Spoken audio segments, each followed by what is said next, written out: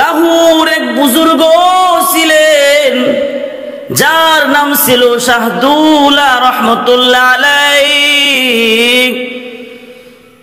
আল্লাহর ইচ্ছাকে অগ্রাধিকার দিয়ে নিজের ইচ্ছাকে মেরে ফেলার মধ্যে আনন্দ, সেই আনন্দ তিনি পরিপূর্ণভাবে লাভ করতেন। একদিন তার গ্রামের লোকেরা তার কাছে এসে আরজ করল, হুজুর নদী ভাঙতে ভাঙতে গ্রামের দিকে ছুটে যাচ্ছে, গ্রাম বুঝি আর রক্ষা করা যাবে না।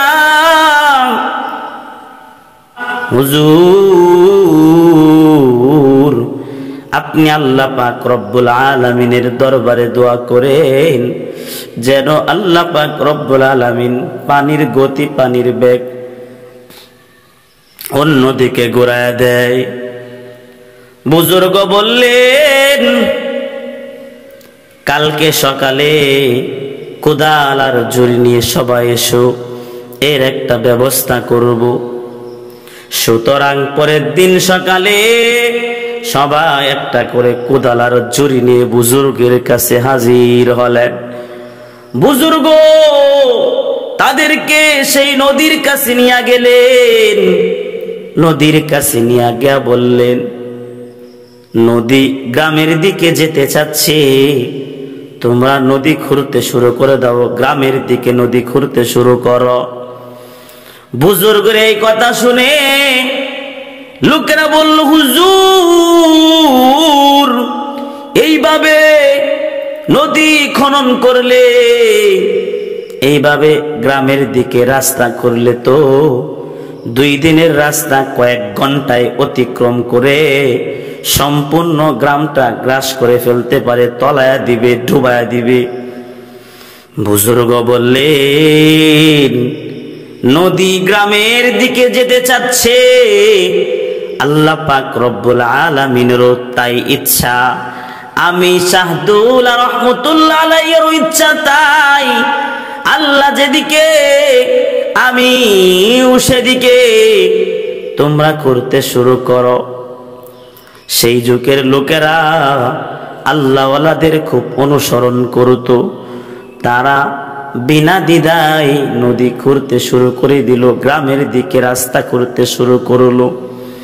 রাস্তা করে তারা মাটি যেখানে ফেললো, আল্লাহ পাক রব্বুল আলামিনের কুদরতি তা এমন ভাবে স্থাপন হলো, অল্প সময়ের মধ্যে নদীর গতি, নদীর বেগ পাল্টে গেল এবং নদীর স্রোত অন্যদিকে ঘুরে গেল, ফলে গ্রামটা রক্ষা পেল। এজন্য মুসলমান ভাইরা আমার, আল্লাহ যেদিকে আমরা সেদিকে। আল্লাহর জন্যই মুহাব্বত করতে হবে, আলেমদেরকে আল্লাহর জন্য একত্রিত হওয়া লাগবে। সাত শ্রেণীর লোকদেরকে আল্লাহ পাক রব্বুল আলামিন আপন রহমতের ছায়াতলে এমন দিন আশ্রয় দিবেন যেদিন আল্লাহ পাক রব্বুল আলামিনের আশ্রয় ব্যতীত আর কোনো আশ্রয় থাকবে না। তার মধ্যে 1 নাম্বার হলো ন্যায়পরায়ণ বাদশা, 2 নাম্বার ওই যুবক যে যুবক যৌবনে আল্লাহর ইবাদত করে। ও যুবক, যৌবন বয়সের ইবাদত আল্লাহর কাছে অধিক পছন্দনীয়।